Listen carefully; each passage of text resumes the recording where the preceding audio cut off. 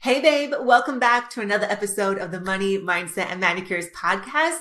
I am really excited about this episode because I don't think I've ever done one of these types of episodes on my podcast.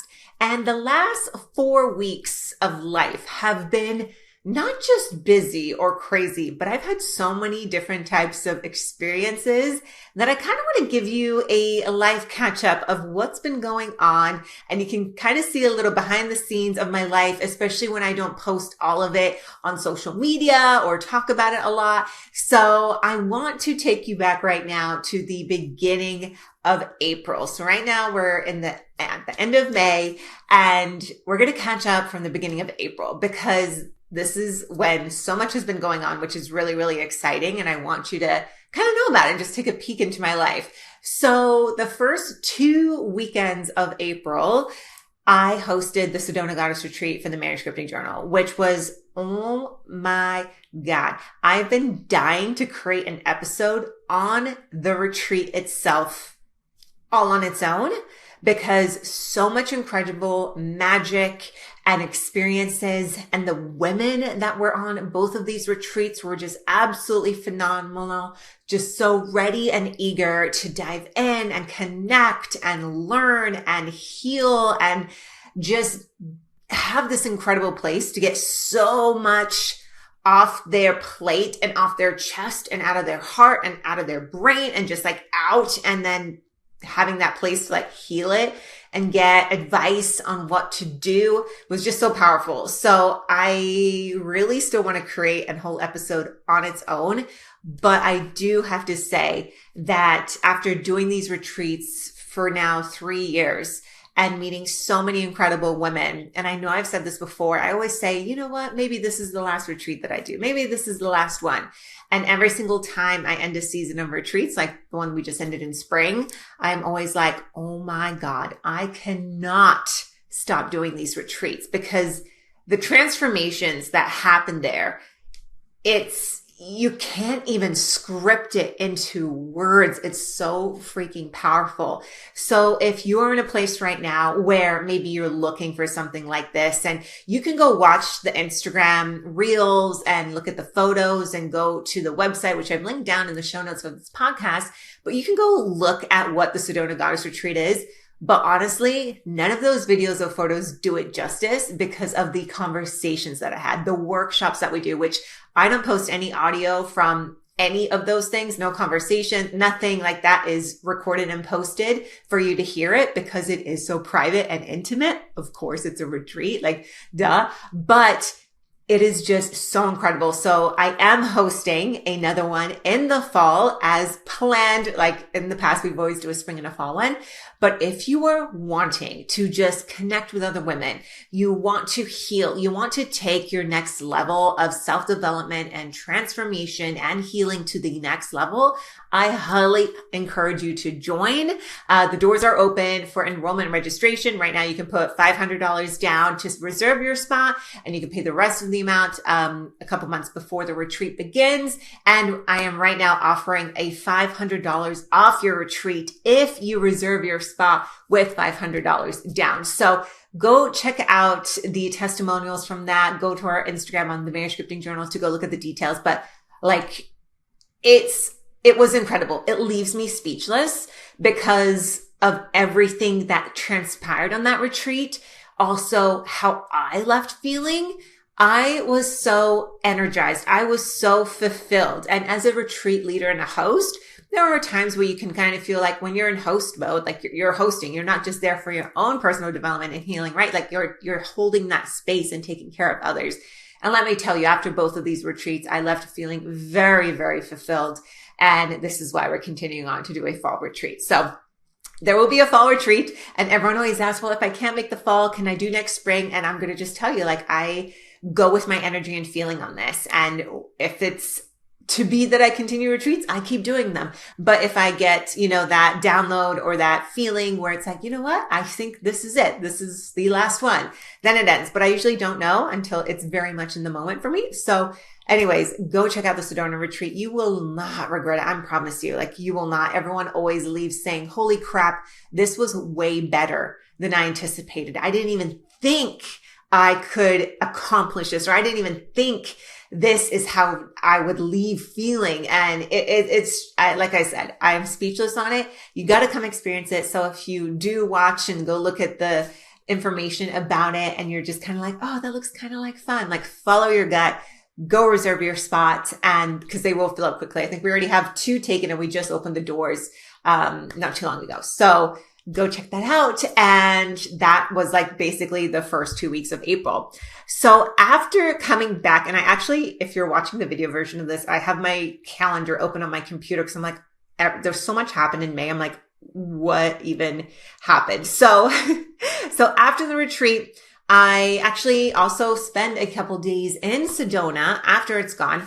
And even though I just told you, like, I left feeling super high vibe, like fulfilled, excited, I also do take the time and space to give myself a retreat before going home. And this is so important. And I want you to apply this somewhere in your life where you are in a place where you give. Maybe it's for a full day. Maybe it's for a couple days. And this doesn't have to be your retreat house. This just can be like anything in your life. Maybe it's something at your job or your career, or you're a teacher or something, or you have students or clients where you are holding space. Can even be family events. I always, and I've learned this from my first couple retreats, I would always just go home. And of course I've given, and I'm gone, and then going home straight back to work, straight back into my routine. It left me feeling so exhausted and I just crashed, and it just didn't feel good because I'm literally like going from this really high vibe thing to then, of course, home is high vibe and my business I love and all those things. But there's such an energetic shift that has to occur that I need to decompress from all of that exciting energy. So this is my suggestion to you. If you do host retreats or events, literally take a day or maybe 2 days or however long you can possibly take to have that time for yourself to decompress, to not necessarily reflect on the event as far as the like, oh, what good happened, what bad happened, but just like reflect that you're like, damn, fuck, like I just did that. I just created this experience, or I held space for this, or I led this thing for other people. Give yourself that time to decompress. And for me, I went and got a hotel room at like one of the bougiest resorts in Sedona, La Berge. This is not sponsored, by the way. And I was very skeptical because I knew the experience that I wanted after the retreat. I wanted to just like feel pampered and not just be like stuck in some tiny hotel room. You know what I mean? Like that's not the vibe for me. I just wanted to feel like I had space and that I could get a massage and really good food. And my sister recommended this resort to me. She is a resort junkie. She like goes to all of them. So luckily she had been there before and she's like, you need to do this. So I did that. And when I got there, I actually got upgraded to our own little cabin, which was amazing. And it was just the most beautiful day that I needed just to kind of like give back to myself, to rest. I literally didn't do anything all day. I slept. I laid around, I meditated, I put my feet in the ground, and my sister, and then when my sister came as well, we just literally went in the hot tub for a few hours and just talked and just like different stuff, went and got a massage, got some really good food. Like it was just like a pour back into me. So then when it was time for me to go home, it was like, oh, I had that breather, you know, I could just like kind of come back to me and kind of like rearrange my mind and my energy to like, okay, you just went from this really great experience holding space to now, okay, you're giving back to, you're pouring back into your own cup as needed. And then now you're transitioning back into the real world. So that is something that I do highly recommend if you are someone that, you know, does these sorts of things, or apply it to your own life as you see fit. So that's what I did after that. Then I literally just had a couple days at home because following that week, I then had to fly out to, or Mark and I, we both flew out to California to help support my sister with her company, Believe a Buddy. And for you moms out there, or if you have any kids in your life, seriously, you have to get your child or any child in your life a Believe a Buddy. It's as cute, it's the cutest, softest teddy bear you will ever feel. And it is an affirmation bear. So it actually helps kids with mindfulness and teaches them affirmation and helps them with confidence. Like this toy that she created, it is just like, I swear, it's funny. It's like one of those things, like, it's funny that I created the Maniscripting journal, which is for like adults, and she created a toy, basically the same principles that we're learning here, like kids are learning at their level with a bear. So I highly recommend go check out Believe It Buddy, get one. It is like so cute. But anyways, she has had on her vision board to audition and get on Shark Tank for a couple years now. She's always had this vision, and she found out they were auditioning in Los Angeles for an open casting. So if you don't know what an open casting is, it means you just show up. You don't know how long the line is going to be. You don't know when you're going to audition. It is just like a open time, like doors open at say if it was 8 a.m., you can start getting in line at 8 a.m. You might be the first person. You might be the 1000th person. And we've had this plan in the plans for a long time. Ever since they announced this casting that we're going to go out there. Mark and I, we're going to go out there to support her because we've been helping her with stuff in the company. So we went out and did that. Now, this whole entire time, because my sister has had this on her vision board, I knew how excited she was about it. I didn't want to also kind of like pitch myself and say, I'm going to audition too, because like we're coming out to support her. I didn't want to like show up and be like, or even tell her as she's so excited for this process and tell her, well, I'm going to audition too. I didn't want to turn it into like, not that it would be a competition, but I knew how excited she was for it. And for me, it's just kind of one of those things like we're a growing, scaling company. It would be so awesome to get on Shark Tank, but it's like, it's one of those things where it wasn't something that I knew I quote unquote needed in that moment because I knew how excited she was. It's kind of hard to explain, but I think if you have a sister and we're very close in age. So growing up, it was all about, both of us getting good grades or, one of us getting good grades, the other one not. One of us good at sports, the other one wasn't. I didn't want to turn our businesses into a competition of who would get on the show and who didn't, or what if I got on the show and my sister's here trying to manifest this for herself for the past couple years. And here I am. It's never been on my vision board. Would it be an amazing opportunity? Absolutely. But it wasn't something that I was always going out to go seek. I think also because I have been in the industry and I just know how these things kind of work. And I didn't want to get my hopes up on something like this. I don't know. It's a weird mix of emotions, but basically, when we got to LA the night before, Mark did some recon on where the Shark Tank auditions will be. So we were at a resort and casino in Cabazon. So it's like an hour outside of LA. So it's like in the desert on the way to Palm Springs. And we did some recon on where is like the Shark Tank auditions going to take place. Cause this casino resort is like huge. It's like, where would the lineup be? We didn't get any information, by the way, on any of that. So Mark and I did some recon on that. And then the next morning at like 6 a.m., because we were told that you cannot start lining up until 8 a.m. So we all knew it's like, okay, well, where are all the people going to be congregating before this 8 a.m. lineup? Because it's like one of those things you don't know how many people are going to show up. Like you kind of want to be the first in line. Otherwise you could be waiting hours and hours and hours to audition, which is not a vibe. So I was telling my sister the night before and I'm like, no, we're staying here at the hotel. Like, we got this. You're going to be one of the first people to audition. And she's all like, no way. I'm totally going to have to wait hours. Like, it's going to be crazy. And I'm like, I'm like, this is going to be so easy. We're already here. You're so ready. We're going to get up super early. We're going to figure it out and we're going to get you in line super, super early and you're going to audition and just be done with it. And she was just like, no.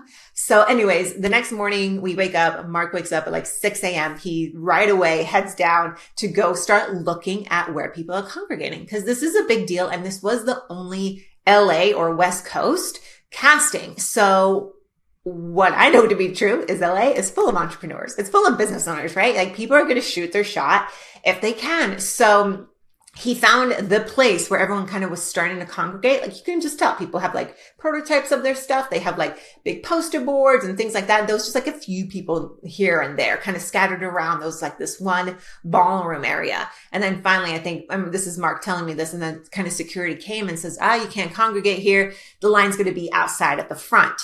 So right away, Mark knew they had put up stations and like a big Shark Tank sign. And this was 6:30, 7 a.m. at this point. So Mark came back up and we told Kat, like, okay, me and Mark, we're going to go stand outside, wait in line. Like there's no point of you being out there. At this point, it was freezing. This is end of April, middle of April. It is freezing in Cabazon, in the Palm, in like the Desert Springs area where it should be hot. Not only was it freezing, it was raining. And not only that, they had us lining up along the side of the building. There is no shelter. And like you're getting rained on. If you were lucky to have an umbrella in your car, you had that. But it was just, I just remember it was just so freezing. I had every single layer that I could have on, and we were standing out there waiting. We didn't want Kat to get soaking wet. She had her hair all done and her makeup. So we're like, just stay in the room until like we hear what's going to be next. So that happened. And then finally around 8 a.m., or just before 8 a.m., we had Kat come down. We're like trying to keep her dry with like umbrellas and stuff like that.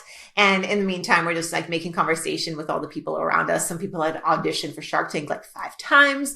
Some people it was like their first time. Some people were just there and excited and ready to pitch their brand. So we met a few different cool brand owners with different cool products, which was really, really neat. And then finally, just before like at 8 a.m., a whole bunch of other people came to stand in line. And it was actually really interesting because if you know the game, or whether you know the game or not, it's like, it was just kind of funny to see so many people arrive at 8 a.m., like the rule followers, right? Because they were all showing up and the line had already gotten substantially long before 8 a.m. And then after that, it was just like, I don't even think I got video because I was so freezing cold of waiting in line and just like getting wet by the rain. I didn't film it at its fullest capacity, but it was definitely something where I can't even tell you the number, but it was a ton of people, really long line. And when they came out to give wristbands an hour later, guess what? Kat got, I think it was the 19th one. She was the 19th person in line to be able to audition that day, which is really cool. And this is where the story changes things up a bit, it's very interesting. So as they are handing out the audition bracelets, Mark goes, just grab one. Just audition. Just do it. He's literally hitting me. He's like, take a bracelet. And I kind of look at my sister. She's like, yeah, do it. So at this point, I have, my sister's permission to audition as well. So I don't like steal her light or thunder, right? And at that point, she was all like, I can't even believe that you didn't want to audition. Like I was kind of trying to figure out a reason why. I know I didn't ask because I was so focused on myself, but she's like, I was confused on why you weren't auditioning. And I told her, I was like, I just didn't want to like steal your light on this. Like, if it was to happen, I didn't want to make it a competition between us. Anyways, I grabbed a wristband. So I think I was like the 20th person because they were all numbered in line. And then right away from there, we got to go up to the ballroom. And for me, I'm here soaking wet, no makeup, hair not done, nothing, not prepared. Also, there's like a 20-page application that you have to fill out as well. Luckily, my sister had extras. So I quickly run upstairs. I'm literally at this point still in the leggings that I traveled in yesterday. I threw on just a jean jacket. I literally just put mascara and lip gloss on. That's it. The rest is just like a beautiful hot mess. And I of course travel with my Maniscripting journal. So I take my one personal Maniscripting journal, the only piece of Maniscripting stuff that I have with me, take it down, and I start scrambling to fill out the written portion of the application. Just like a bunch of questions about your business, your revenue, your numbers, all that sort of stuff. Like just kind of like the logistical stuff on your business and why you want to be on Shark Tank. So as I'm sitting there waiting, we're now in this ballroom where, the facilitators of it are just telling us like all the rules and everything. I'm just like scrambling to fill out my audition paper. And then all of a sudden it's time for us to go audition. Here is the coolest part about this thing is that, so if you don't know my sister, she was in an accident years ago. This is the whole kind of reason why she created Believe a Buddy. Anyways, my sister was in an accident years ago. She was paralyzed. She can now walk, but she needs a little bit of assistance to walk. So Mark, and the whole reason Mark and I were even there is as she went to audition, we would go set up all her like poster boards and wheel in her bears. And we had she had made this really cute little setup to show for her quick audition. And the whole reason Mark and I were there to go help her roll that out, set that up, so she could just focus on just like walking in and being confident and not having to worry about stumbling with all these different things. So what's cool is they take 5 of us at a time into this room, and 5 people at a time were auditioning in this big ballroom, all right next to each other, basically. Like I couldn't hear what the other person was saying. There was like people like maybe like, I don't know, probably like 50 feet to the left and right of you that would be auditioning next to you. I think even less actually, less than that. But I could kind of hear them talking. I couldn't hear what they're saying, but they're like right there. And what was really cool is when my sister Mark and I went in, we were in the same little chunk of group. What was really cool is Mark got to help my sister take all the stuff and set it up for her. Meanwhile, what was really crazy is me and my sister got to audition right next to each other. So here is me and my sister auditioning right next to each other. Mark is literally standing back, but in the middle of both of us because he's like off to the side of my sister, which was off to the side for me. So he could hear and see like both of our auditions going. So for us, that experience alone was just like, holy crap. Like at this point, it's like, I don't even care if I got on Shark Tank because that experience was just a core memory created that 2 sisters with 2 companies that they started are like literally having the chance to audition for Shark Tank. Like what the heck? It was just so cool. And the fact that Mark, my fiance, almost husband, he got to be there for that moment and witness it too. So it was just such a cool experience. And then right after that, like we had a 60-second pitch. It went really good. What's great about these kind of situations is I was already so prepared for that moment, even though I didn't realize or know I was going to have that moment because of having this podcast, being on social media, talking on Instagram stories, speaking on stages. I'm a founder of my company. I am in my business. I know my numbers. I know our mission. I know what we're doing every single day. So for me to be able to be just thrown into that situation where, for example, my sister, she had been rehearsing her pitch day and night for months, and other people as well, for me to just, I know how to just step into that moment and turn it on because I've been doing it for so long with so many other things.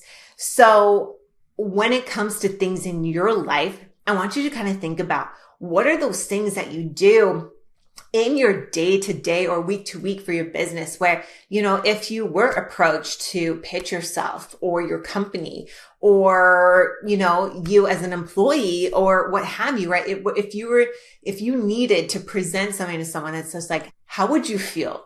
Do you do things outside of that to help you feel confident in those places?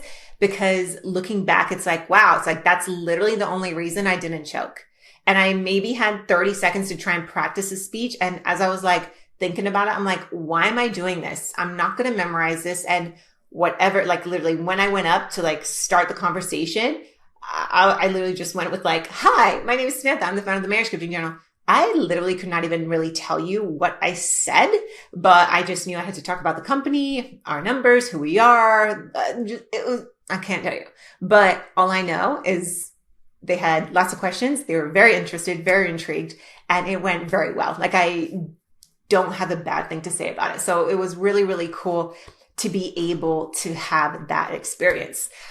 So after that, we were done within the first hour of auditions where, Kat was thinking we were going to be there all day, and Mark and I didn't have a red eye till that night to fly out. But we ended up just staying and hanging out and just kind of just like reeling in that moment of, hey, we did this. It was so cool, which was really amazing.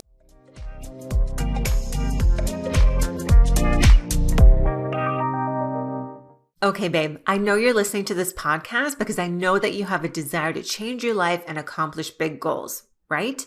But I also know that something has been holding you back on going after those big goals. Or maybe it's that you self-sabotage, or maybe you've set these big goals and you get really overwhelmed and you just don't go after them altogether.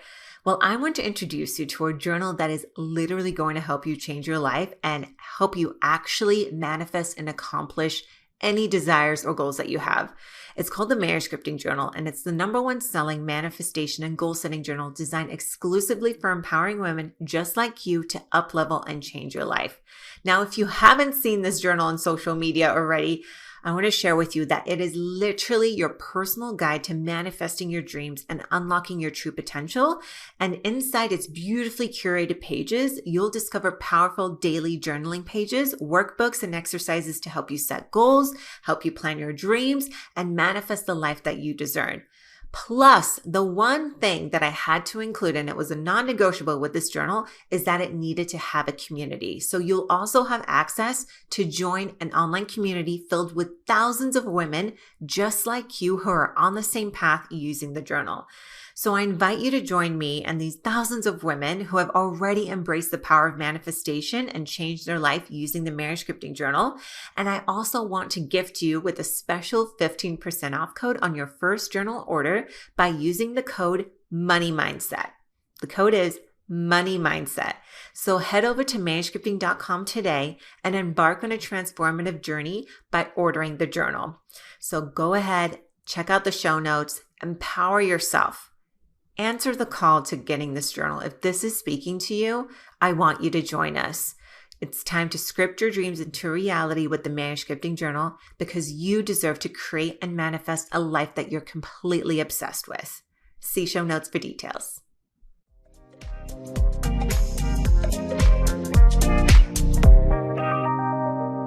After Shark Tank, as I mentioned, we took a red eye, had to go to Asheville, North Carolina for a weekend right from there to celebrate one of my girlfriend's 40th birthdays. And this is one of my girlfriends that I met in a business mastermind, I think 5 years ago, 5 years ago at this point. Holy crap, where's time? But I really love that relationship with her and her husband because it is a relationship where we get to talk about business and life, and we're on the same page as so many different things and all of that. And as this past year has evolved with us moving to Austin, Texas, if you've listened to previous episodes, Mark and I are really intentional with our friendships and relationships and who we spend time with. And even though, going from retreat to home for a couple of days to then Shark Tank on the West Coast to then having to fly to Asheville, North Carolina, basically on the East Coast, like red eye to make it for this birthday, you might be thinking like, oh my gosh, why? Like, that's crazy. Why do you do all these things? Because we're so intentional with who we're building out relationships with and how we're spending our time. And even though this is crazy, spending time with a best girlfriend for her 40th birthday and to be there in person for it, like, we're not going to say no to that because I know in the same boat, they would probably do the same thing for us. And for us, it's all about how we spend, our time with different people and things. And even we knew just going out there, we knew the whole entire experience would be so in alignment with what we love to do. For example, we went hiking.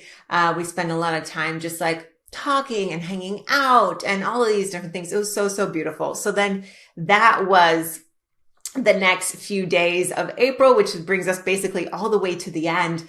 But then right at the end of April, basically, it would be 1st of May. Going from there went right into my birthday trip. So it was my birthday on May 1st. I just turned 37, which is so fun and exciting. It's so crazy to think, one, that I'm 37. Like, first of all, I don't care about age. I don't care about any of that. I'm totally 100% always going off of what I look and feel like. And I think I look pretty bomb.com. Not going to lie, for a 37-year-old, feeling amazing. I feel like I look and feel better than ever every single year. It just gets better and better with how I'm treating my body, how I'm showing up in life, all of that sort of stuff. It all takes a toll, right? And if you're doing the good stuff and the positive things with your health, with your mental health, with your wellness, with your body, I mean, you're going to obviously age, but you can obviously still look really good doing it. So I don't cringe or get worried about turning older, because also, like I just said, like one of my best girlfriends is 40. I have a lot of friends in their 40s, and it's like 40s are nothing to be afraid of. And even though we're still ways away from there, but it's like my life just keeps getting better and better. Finances keep getting better and better. Just life experiences keep getting better and better. Like there is nothing negative to say, just more apart from like, oh man, like time's running out in a sense for just life in general. But there's nothing for me negative to say about getting older. So I'm never like ashamed of it. And it was funny. So we went to Tulum, Mexico for my birthday. I was about to say Holbox, but that's what we did last year for my birthday.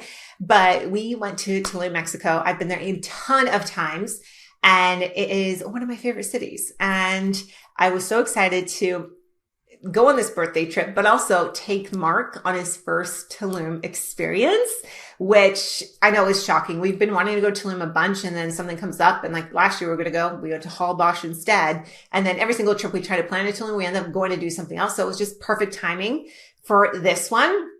And we had a blast. So we decided to do 1 week in Tulum. I picked one of my favorite hotel resorts to stay at, which is Nomade or Nomade in Tulum. This is not sponsored by them at all whatsoever. I'm just at a point where I love to invest in really nice hotel rooms and places. And I've come a long way with that. But because before it's like, oh, why would you spend just so much money on a hotel room and you're just going to like sleep in it? But oh my gosh, it's like once you start doing it, you just can't, because it's always, even if it is just to sleep in there, like you want this beautiful, luxurious space to come home to, and it's, have that experience. So anyways, we went there. Couple really exciting things that happened in Tulum. One, oh my gosh, we had too much fun. If you haven't been to Tulum, or maybe you've been there a long time ago, last time I went there was 2 or 3 years ago. I'm telling you right now, and I've been there multiple times before that, I don't even recognize it anymore. It has developed and grown so much. I understand how people think it's grown in a negative way. I also see and understand how it's grown in a positive way. Honestly, I mean, I get it. People love the more spiritual quiet of how Tulum was.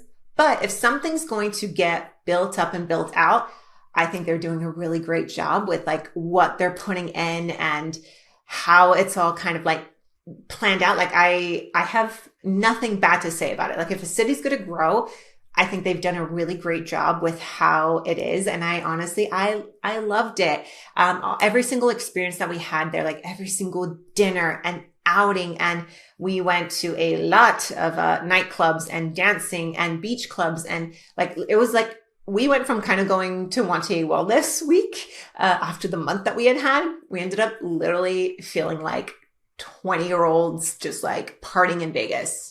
Not to that extreme, but Tulum style. Like we went out to like the bougie dinners every single night at like 10 o'clock. Then following that, we did go out dancing. And then following the dancing, the first nightclub closed, we went to the one that ended at 4. And we even met some friends where we went to a jungle party that went until 6 a.m., which was really, really fun. So we just like had this really fun dancing, energetic experience, which feels so great sometimes. And I think when it comes to just allowing yourself to have that much fun, like think about it. I just came off of not just this last month, but this entire year already, just a lot going on. I haven't had a way to kind of just like let loose in this sort of way where I could just be like freaking dancing in a nightclub for 6 hours straight. Like, please, this like, sometimes you just need to do it. So we had a really great experience. And then while we were there, another really, really exciting thing. So as you know, last year I got engaged in Holbox, Mexico. That was my last birthday. I got engaged. So for this birthday, well, we just timed it because this was the first time we were able to get to Tulum. We went to go see our first and only wedding venue that we are interested in person for the first time. It's in Tulum, and we absolutely loved it. So that was something that I was just kind of not necessarily nervous about. I was just more like, this is the only place that I want to see, this is the only place I've been interested in. It better work out, because if not, then I don't know, maybe we'll have to do the wedding like another year later, because I just don't have time or energy or anything like that to go on this hunt for venues. I mean, we've already gotten to a point where it took us a whole year just to get to look at a wedding venue. We were looking at some other place, like doing it outside of the country for earlier this year. But just the timing of last year, we never even had time to travel to those places. And honestly, like, hello, it's Mark and I. Tulum is totally on brand for us. It is such our vibe. And let me tell you, the venue, I'm so excited about it. It is going to be a freaking experience. Like, you're not just going to some boring old traditional ass wedding. I'm sorry, but I've been to so many weddings in my life, and I can't tell you much about much of them because they were all the same. They're all just like very traditional, and just like, you just dropped so much freaking money on a wedding that literally everybody else does the same. It's just make it make sense. And I think for us, we are very non-traditional. Like, hello, like, I'm 37 years old. I just got engaged for the first time and getting married. I don't have kids. I've been very against the grain with traditional society. And this, I hope no one takes offense to what I just said about weddings. Like, I'm sure yours was beautiful and amazing. But if I'm going to ask people to drop a ton of money to come travel to a location, like, you're coming for an experience, because your girl, like, Mark and I, we're an experience, and we want to make sure it comes across in everything that we do. So we're very excited about this venue. We were this week working on dates for the wedding, which is, oh my God. First of all, that's, I think, the hardest part, because Mark and I, we don't have any like special cutesy dates. Also, even if we did, they probably wouldn't matter, because for that specific area of Mexico, we have a limited window of when you should have a wedding, because it revolves around the heat and then wet season. So we basically have the beginning of next year, and that's it. And for us, it's like, none of the dates in really like January, February. You don't even have January is an option, because January in Tulum is a festival season. Unless you're going to the festivals, like, you cannot go do anything else there, because the hotels, flights, all of that, they're so high from being in festival season. So we weren't going to do that to ourselves and our guests.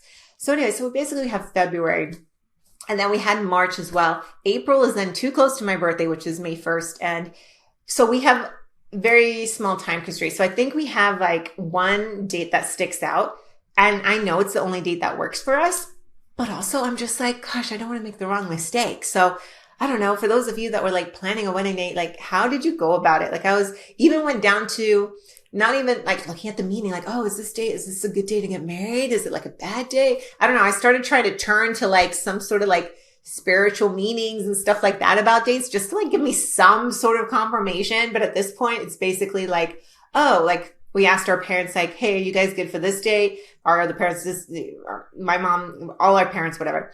We asked them if the date's good, and they're like, yes. And then we're probably just going to ask most of our friends just to kind of get a heads up before we give the venue a final decision. But yeah, it's kind of crazy. It's kind of like crazy that we're finally doing it, but not. I already feel like we're married. Like, we literally don't even need to go do this thing.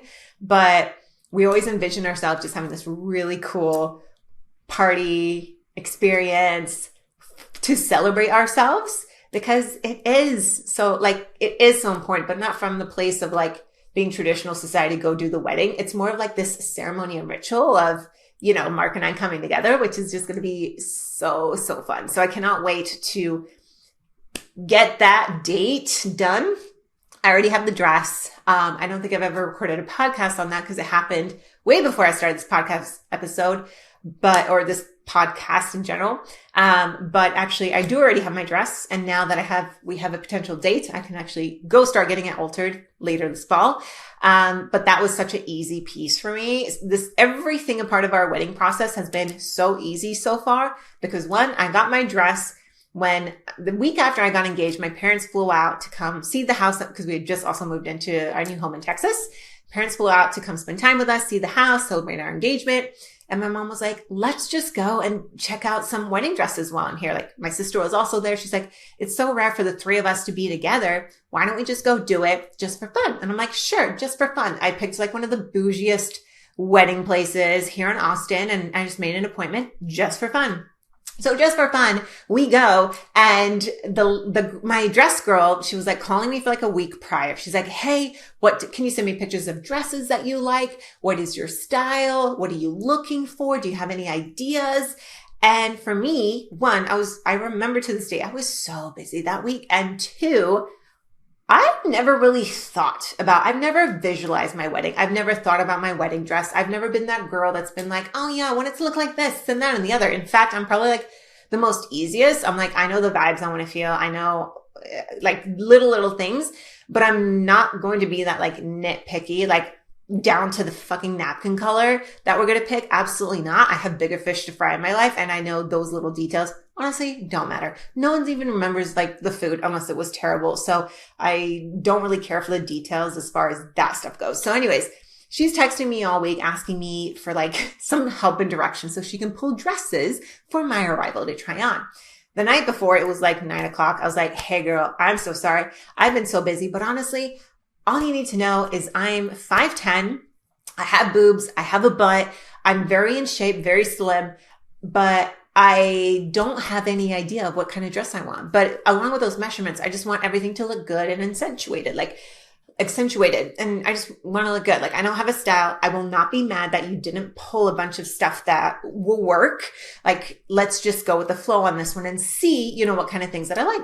And she's like, no problem. So I wanted to take the pressure off of her because I know for them, they have to perform, and, I'm 99% sure like she gets a commission probably on the dress that I buy. So she wants to also be prepared, and I just wasn't giving her anything. So anyways, we get there, that next day to the dress fitting, and, she again was like, I pulled what I don't know, think you would like, but I don't know. We have the whole shop we can go through. She was very like, go through everything.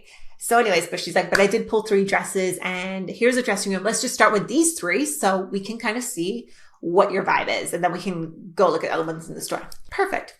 Go into the dress, the fitting room, and I put on the first dress. I immediately like start crying. I could like cry right now thinking about that moment. I start crying, and it was like the most gorgeous, stunning dress. I'm like this is so weird. I'm like getting teary-eyed about this right now, but it was just such a moment. Obviously, I still feel it, but it was just so cool because it was like, I've never tried on a wedding dress before, even for fun, like never. And to put this dress on, and it was just like perfection. I was like, oh my God, I think this is it.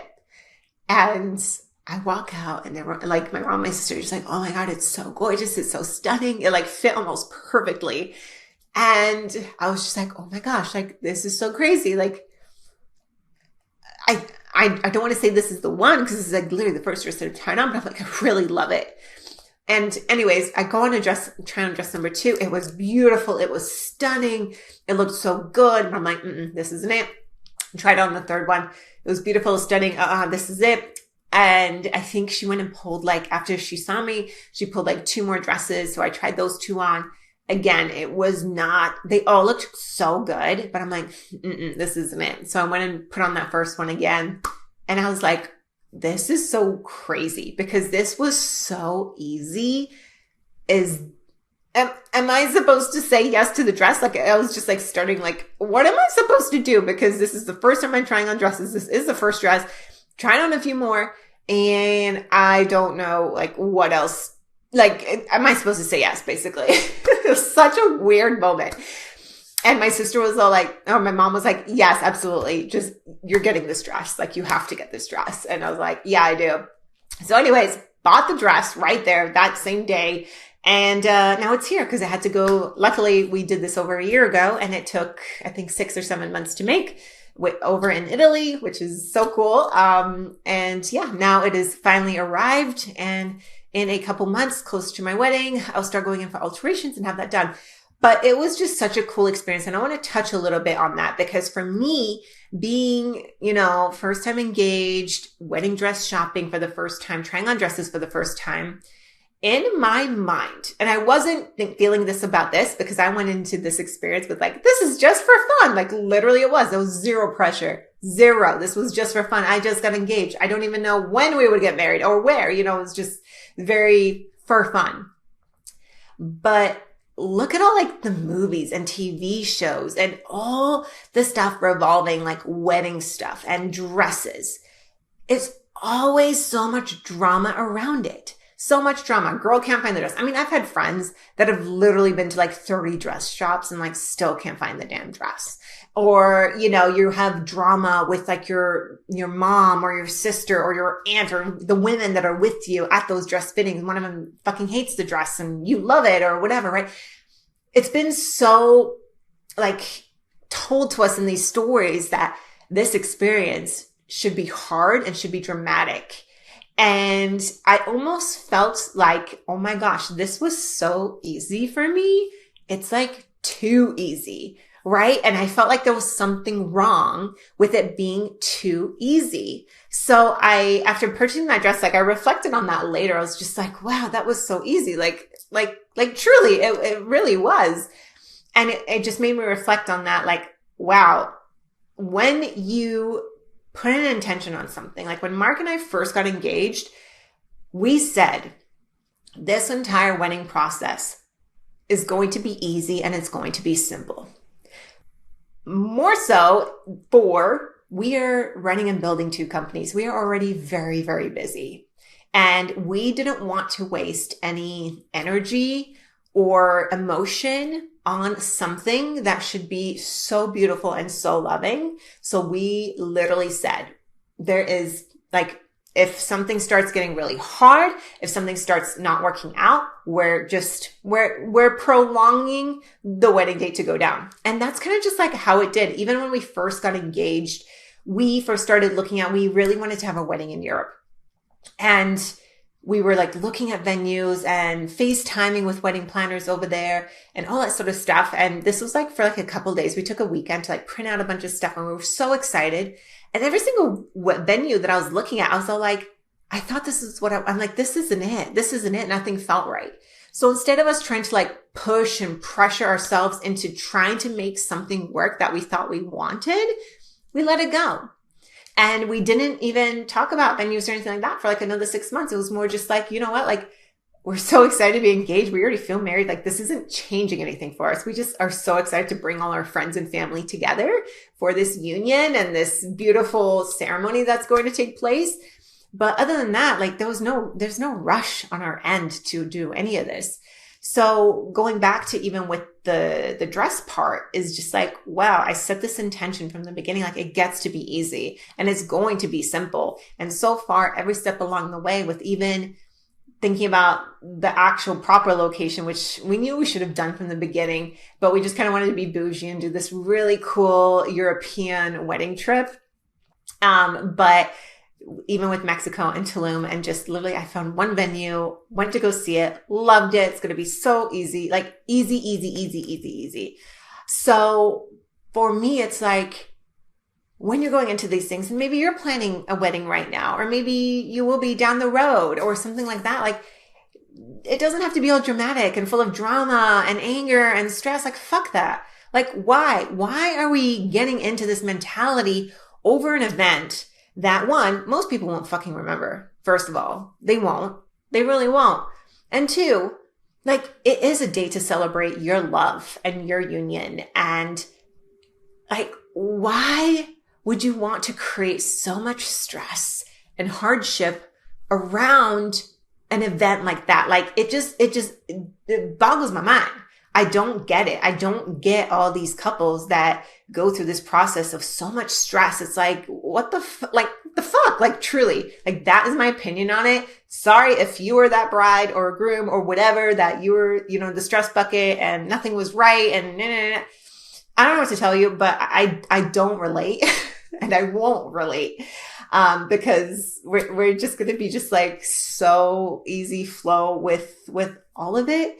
Because I know everything's always going to work out in the most perfect way. And I don't know if it's because like, just going from retreats are nothing like a wedding, but just doing retreats and being responsible for other people's experiences and putting this on and knowing when things don't go right. It's like, whatever, you just figure it out and all of that. But anyways, all that to say it's been such a fun, smooth process so far, and it will continue to be because that's what we are declaring for it. And we're really excited for it. So looking at early next year to get married, which will be so cool, so fun. And I can't even believe I'm saying that. So anyways, that was to wrap up our whole Tulum birthday trip experience, which was just, it's so fun. And that's another reason why we wanted to do our wedding at either the more beginning of the year or towards the end fall of the year, depending on what location we got married, is because Mark and I are huge proponents of celebrating our birthdays. Mine is May 1st. His is September 1st. And we were like trying to figure out how can we do a birthday how can we do a wedding that's in between both of ours, but that would be January 1. And honestly, like, I don't know. I don't feel like I need to celebrate a wedding anniversary with the new year. No. So anyways, that's why we're looking at February. So that puts a wrap on that with Tulum. And then when we got back from Mexico, our first weekend, we had a group of friends come over that are new, but very dear to our hearts now, to have an incredible weekend out here in Austin. How do I even want to say this? I wasn't even sure if I was going to bring this up, but basically, the two girls that I met on a retreat that I attended last year, we had really connected. And then we had really connected even further when they came on my retreat in the spring, and connected as far as like similar values. Mark and their husbands, all very similar guys, business owners. The women are like total, like not just entrepreneurs, but just like these really solid fucking queens.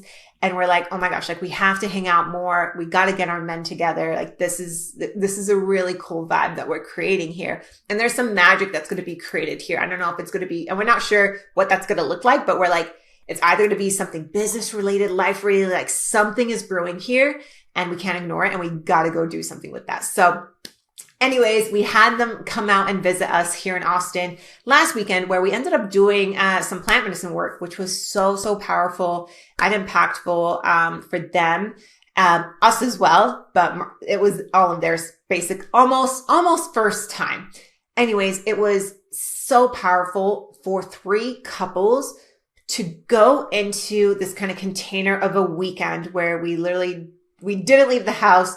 We were very much in this bubble of asking different questions and talking about different things to do with our lives, with our businesses, with our relationships, with our health, with what we want for our future, things that we want to accomplish. It was basically like this crazy, incredible, deep life mastermind for like a full weekend, and just like an immersion of it. And coming out of that, it was just so cool because we all like left this one feeling more connected than ever, because you're getting down to like the deep, real raw shit in your life, whether it's good, whether it's bad. We're talking about it. We're sharing it. We're working things through. But also just like building a really cool relationship just on that. So that was a really, really great weekend. And Mark and I have always talked about doing more stuff as far as like, not like necessarily groups, but we just really love every single time we've done any sort of group stuff like this. And we don't know what this would look like in the future. Like I already host women's retreats. We're coming out with, have I even dropped this on an episode yet? We're coming out with the Maniscripting Man Journal. It's coming out in June. So we're going to be building out basically a whole male community. We know how powerful and impactful the work is when you do it together. Yes, it's great. If you're part of the Maniscripting Journal community right now, awesome. But if you have a partner, what are they doing? Because what can happen is, you yourself, you can be growing, you can be doing all that self-development. But if the person that you are with is not, you're not going to be growing together. I guarantee you're going to be growing apart, and you will outgrow them. So anyways, after even just a weekend like that, Mark and I love doing that sort of stuff. And I'm not even putting out there like, oh yeah, we'll do men's and women's retreats in the future. I have no idea what it looks like. All I know is like the feeling of it, and the results from doing stuff like that is just like I feel about the retreat is like, I have to do another one. I know that there's some magic there in some sort of aspect of doing something male and female related in the Maniscripting collective space. I have no idea what that looks like yet or anything like that, but I just know it feels really good. The last 4, 5, 6 weeks, like that's what's been going on. And now what I'm really excited about is we are home for 2.5 weeks, almost 3 weeks, which is just such a breath of fresh air. So I'm back here in Austin for 2 weeks. I'm focusing on 2 big things right now. One is because we've been traveling and doing all this crazy stuff, like all over the place. I'm focusing back on my fitness. And 2, my eating. So it's not like I gained weight or anything. Like you can scroll and see beginning of May, pictures of me in a bikini in Tulum. I look great. Nothing bad going on. I didn't gain a bunch of weight. Luckily, I've been able to continue a lot of my habits. But when I'm falling out of a routine of not going to the gym every day and not eating well a lot, I just feel it. And when you don't have that discipline in those 2 things, especially for me, it starts rolling over in other aspects of your life. You know what I mean? So anyways, this past week, I started 6 weeks of the work, which is a Beachbody program, which fun fact, I was in it. So it is actually really cool and motivating to see myself working out in these videos, and which we filmed, gosh, it was right before COVID, I think, maybe a year or 2 before COVID. But it was so cool for me to be competing against myself in that video where she is like, Sam was like kicking ass and Sam over here is like struggle busting it. So it's been such a cool thing to do, to see like, oh my gosh, that's where I was at. Like, let me get back to that. So I've been focusing on that. Same with just like good eating. I usually eat generally pretty well. That's a place that I don't really slack on. It's not even a diet. It is like, it's just how I love to eat good and healthy and yummy. And I do eat sweets and candy and all that sort of stuff. I just eat stuff without all the processed chemicals and ingredients, like those types of ingredients in it. So that's been really easy, but really focusing on those 2 things. And then of course I'm sitting down to record podcasts and just get back to that, creating content. I know my personal Instagram, has been pretty quiet. So I've missed that kind of aspect of content creation a little bit. And then also with the Maniscripting journal too, just kind of like putting myself back in there, because over the last month, I wasn't really in there doing master classes or anything like that because my time and energy was so focused in these different areas, that I couldn't necessarily pour in 100% of what I usually do in there. But what's great about having so much time off from something is like, I'm so fucking excited to be back and have this new perspectives and, lessons to share and energy to give and all that. So I never beat myself up for taking time off or putting a pause on something. And I want to share that because I'm sure for you, you might think, well, oh, if I'm not posting on Instagram every single day, or if maybe you have a podcast and maybe you don't record a couple episodes for a few weeks. It's like, oh, you feel like a failure, or you feel like you have to keep on showing up and all these things. And it's like, I'm here to tell you, I didn't do a lot of that for the past month. And guess what? I didn't go broke. I didn't lose my business and my business didn't die. You know what I mean? So sometimes you just have to allow yourself to do other things and not beat yourself up for the things that you don't have time for right now. It doesn't mean you don't care about them, but if you're saying yes to something, you have to say no to something else. And we can't say yes to everything because we only have so much time and energy in a day. And I knew for me, and even though in the beginning I kind of had guilt, but even for me to put those things off for a little bit, I just knew like I maybe it comes from experience of being an entrepreneur, maybe because I've been doing it for so long. But for me, it really just comes down to like, you know what? Like if my whole business fails because I didn't post for a week or 2, well, then I didn't even have that great of a business. Or if I lose a bunch of listeners because I didn't post a podcast episode for 4 weeks, cool. Like, what do you want me to do? Like, it's kind of like, it's not that I don't care. It's like, I'm not going to let those what if thoughts consume my energy to just being present in whatever else I am doing that I actually said yes to. Does that make sense? Like, for example, when I was in Tulum in Mexico, when I was spending every single waking second with my fiance and we're having so much fun and we're eating and we're dancing, we're experiencing, we're going to see all these things and spend time in the ocean and do all these things. You think I'm spending a minute caring or worrying about, oh my God, I didn't post on Instagram today. Oh my God, I didn't post a podcast episode. Oh my God, I didn't send an email. Oh my God, I didn't do this.